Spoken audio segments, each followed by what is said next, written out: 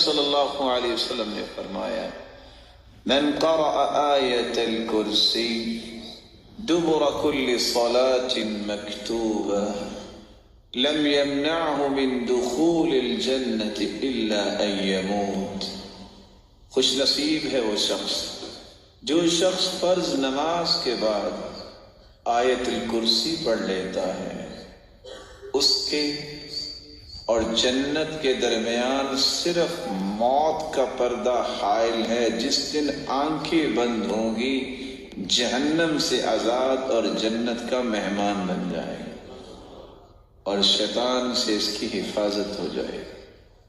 رسول اکرم صلی اللہ علیہ وسلم نے فرمایا تھا جب وہ سیدنا ابو ہریرہ رضی اللہ تعالی عنہ وہ دیکھتے ہیں کہ ایک شخص جو ہے وہ اناج بھر رہا ہے، تم نے پکڑ لیا اور وہ شیطانی تھا. ایک دن، 2 دن، 3 دن کہتا آج چھوڑ دو، کل نہیں آؤں گا. پھر دوسرے دن آ گیا، پھر تیسرے دن آ گیا. کہا اچھا میں آپ کو ایک بات بتا دیتا ہوں، تم رات کو آیت الکرسی پڑھ لینا، میں صبح تک تیرے قریب نہیں آؤں. اللہ کے رسول نے فرمایا صدقک وہو کذوب، دنیا جہان کا جھوٹا ہے شیطان، لیکن یہ بات سچ بول گیا. آیت الکرسی اس قدر عظیم نعمت ہے، اس میں اعظم ہے، اور اس میں اعظم کے ساتھ دعا کی گئی، کبھی اللہ رد کرتے ہی نہیں.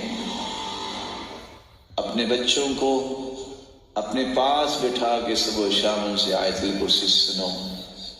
چھوڑ دو ان باتوں کو کہ بچے پڑھ لیں گے. اب بچوں کے پاس ملہیات بہت ہیں. آپ 2 منٹ ذرا اپنی توجہ ہٹا کے دیکھیں وہ کہاں سے کہاں پہنچ چکے ہوتے ہیں، تخیلات میں بھی، تفکرات میں بھی، اور فزیکلی بھی واقعتاً کہاں سے کہاں چلے جاتے. ان سے محبت کیجیے، ان سے وفا کیجیے، ان کو نعمت بنائیے. یہ کب بنیں گے نعمت؟